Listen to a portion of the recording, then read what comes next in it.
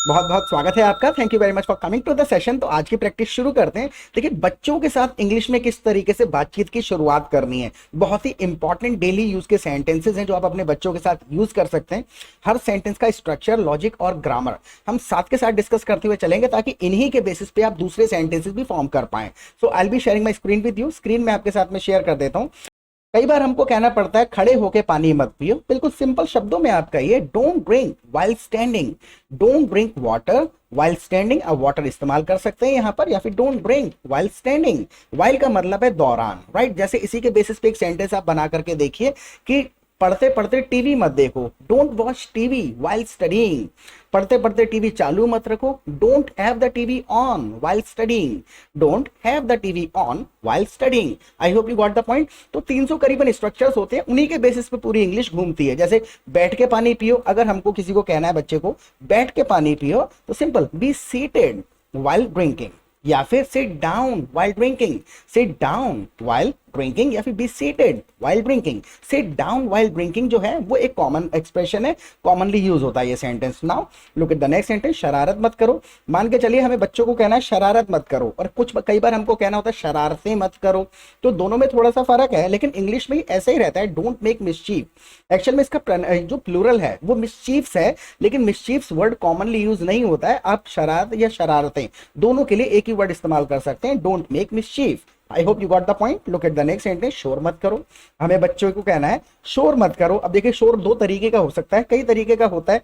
ये वाला जो शोर है, डोंट मेक नॉइस, इसका मतलब ये बच्चे चीख चीख के खेल रहे हैं, बातें कर रहे हैं, लेकिन कोई सामान इधर उधर नहीं फेंक रहे हैं। तो डोंट मेक नॉइस यानी कि आपकी आवाज तेज है। आप इसी जगह पर ये भी कह सकते हैं don't create chaos।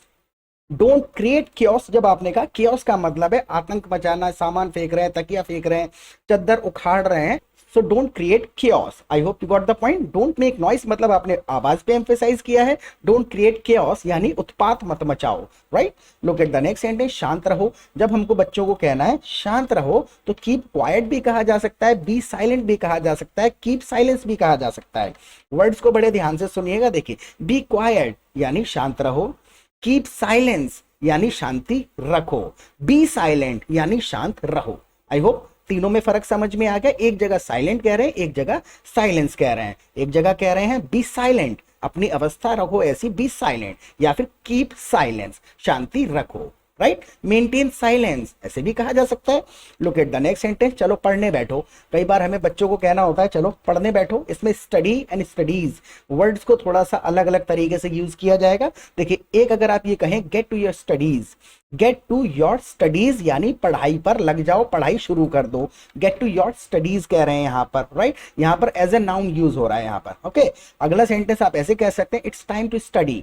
It's time to study यानी ये पढ़ने का टाइम हो गया। यहां पर एज अ वर्ब इसको इस्तेमाल किया जा रहा है। या फिर आप ऐसे कह सकते हैं, बहुत ही कॉमन सेंटेंस है, नॉर्मल कॉन्वर्सेशन में यूज होता है, इट्स टाइम फॉर स्टडीज।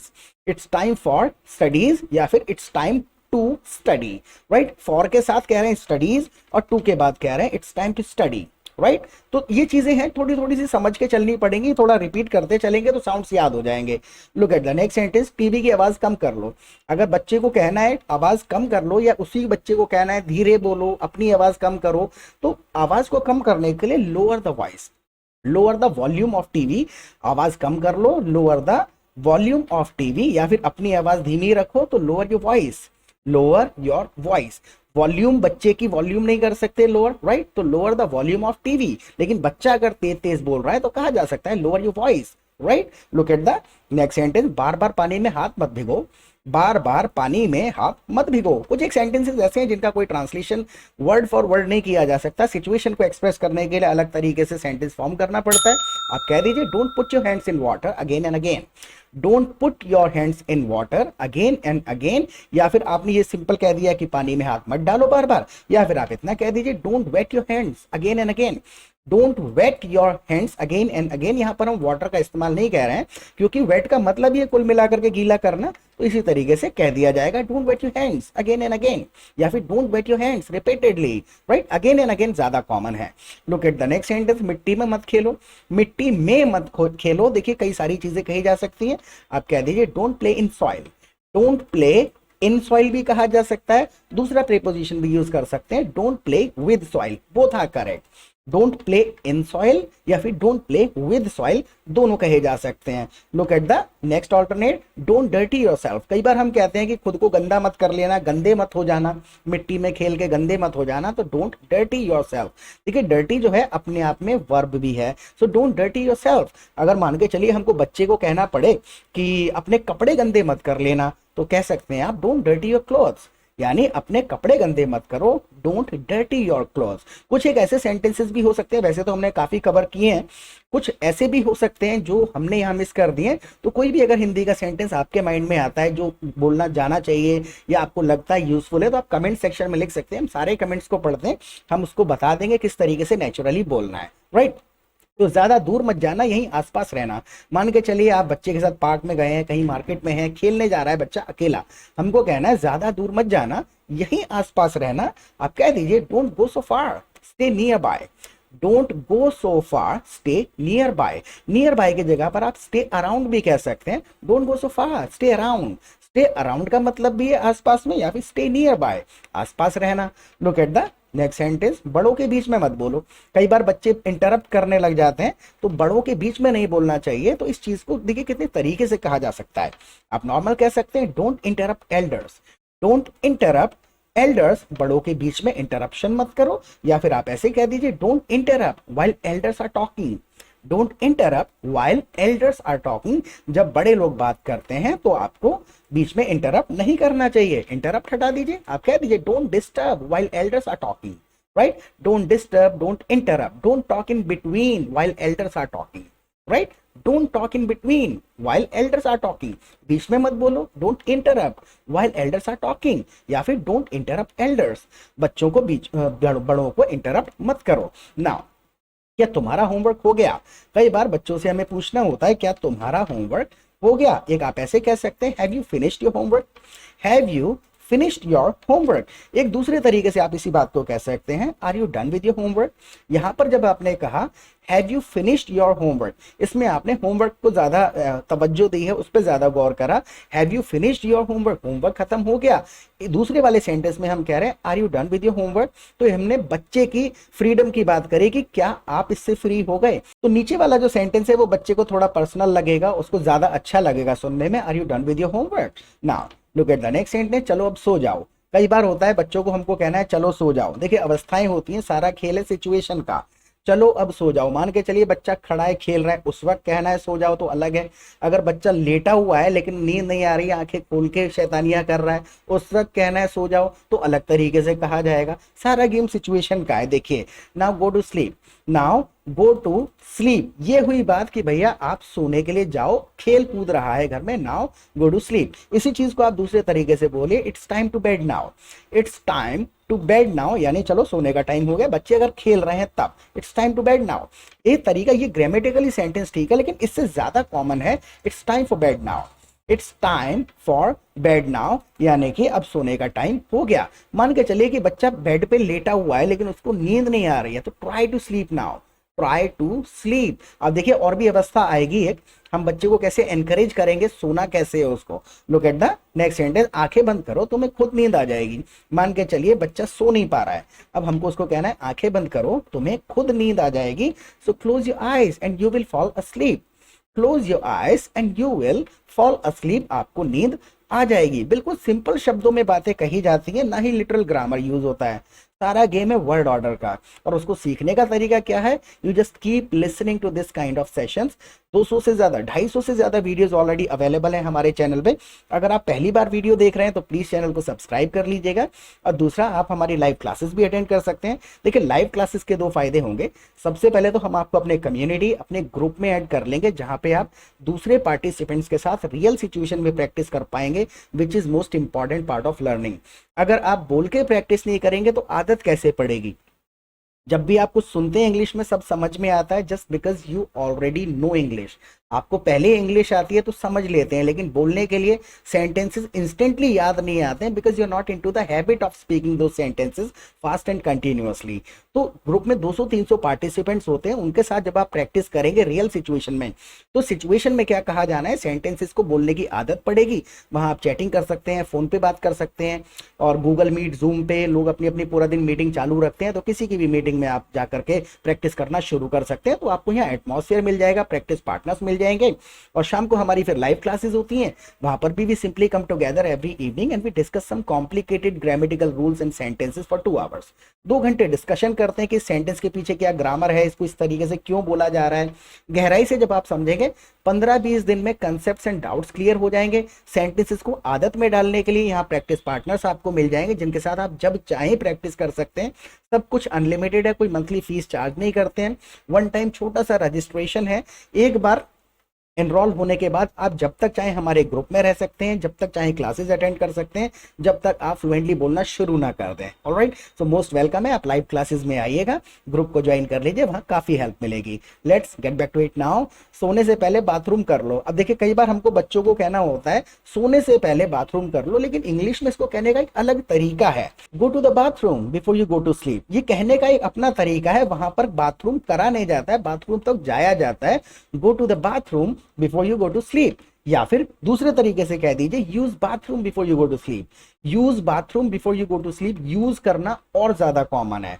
मान के चलिए मैं ये कहूं मुझे बाथरूम जाना है, so I need to use the bathroom, right. Bathroom है, वॉशरूम है, टॉयलेट है, इंटरचेंजेबली यूज होते हैं, तीनों का मतलब लगभग वही है, सिर्फ रीजन का फर्क है, यूएस यूके वगैरह अदल बदल के बोला जाता है, हालांकि वो प्लेस एक ही है। तो वॉशरूम है, बाथरूम है, टॉयलेट है, आप तीनों में से कुछ भी यूज कर सकते हैं, लेकिन यूज ही करना है, राइट।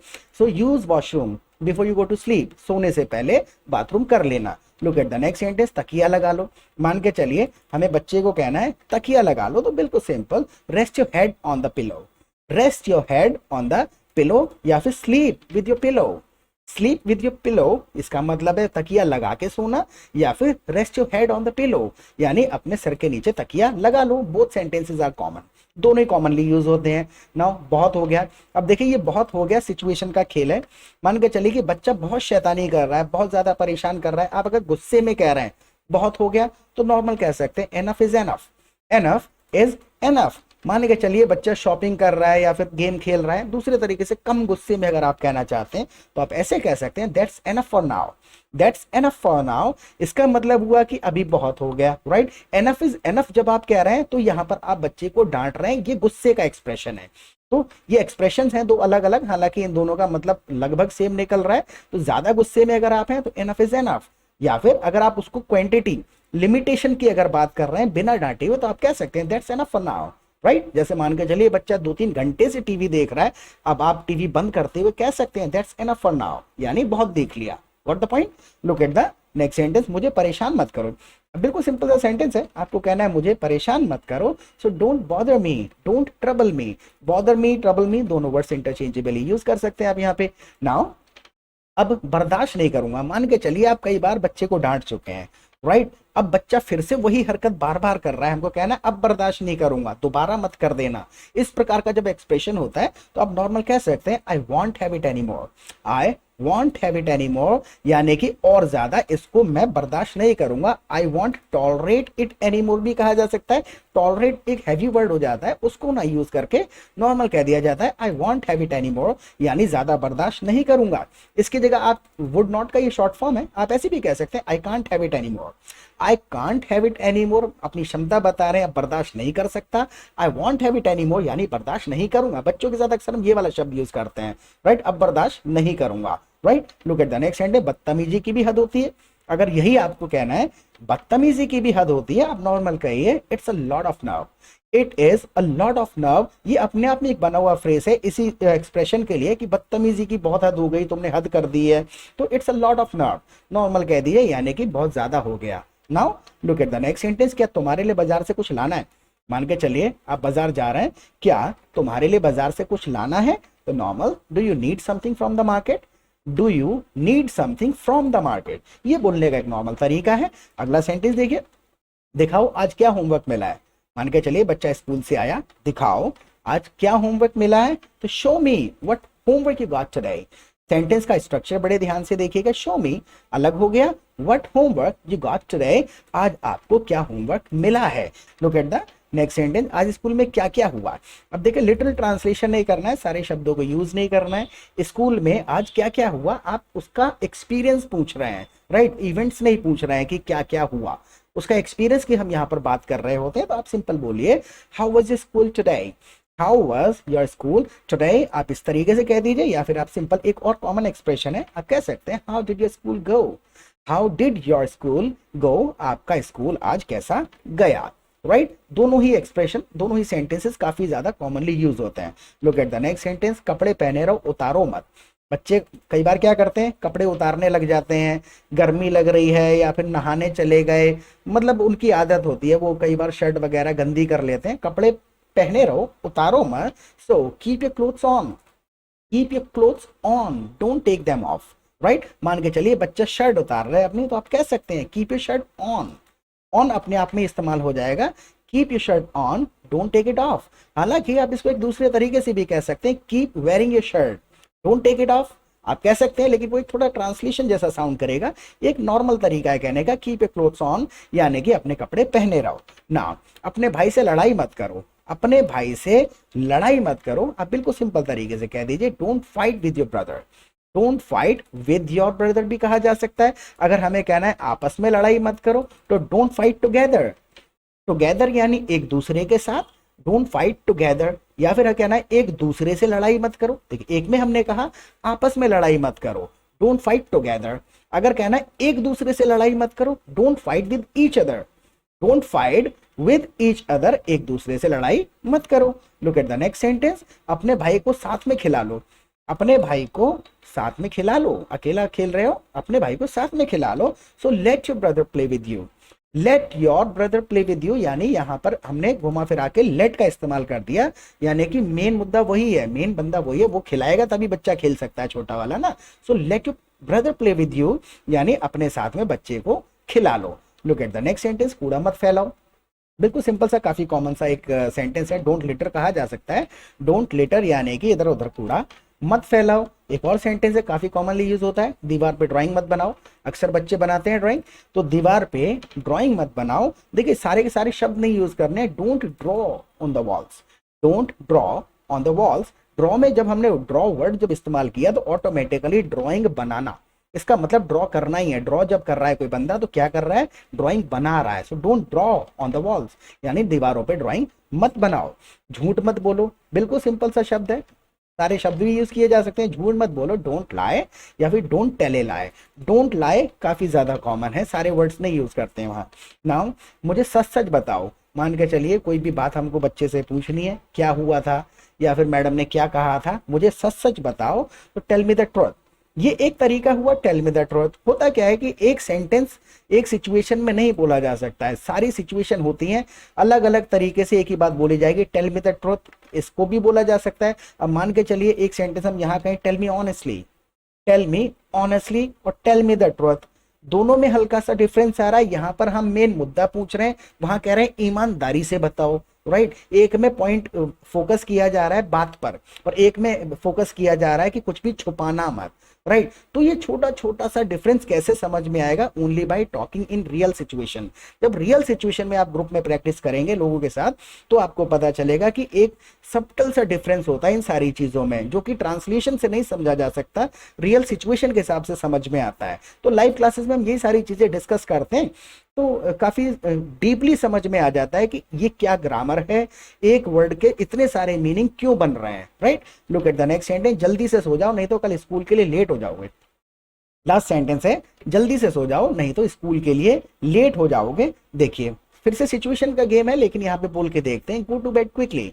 इस कंडीशन में क्या हो रहा है, गो टू बेड क्विकली, यानी कि बच्चे अभी बेड पर नहीं है, बच्चे घर में खेल रहे हैं, right. Go to bed quickly और you will be late for the school tomorrow, नहीं तो कल स्कूल के लिए लेट हो जाओगे। वो जाओगे, देखिए you will be late for the school tomorrow, ये कॉमन है। हालांकि आप यहाँ गेट लगाना चाहें तो कह सकते हैं गो टू बेड क्विकली और you will get late for the school tomorrow, वो ग्रामेटिकली करेक्ट है, लेकिन लेट होने के साथ बी वर्ड ज्यादा कॉमन है, राइट। जैसे मैं ये कहूं मैं आने में थोड़ा लेट हो जाऊंगा, I will be a bit late, I will be a bit late. What the point? तो लेट वर्ड के साथ बी ज्यादा कॉमन है, हालांकि गेट भी कह देंगे तब भी वो grammatically correct and still conveying the same message.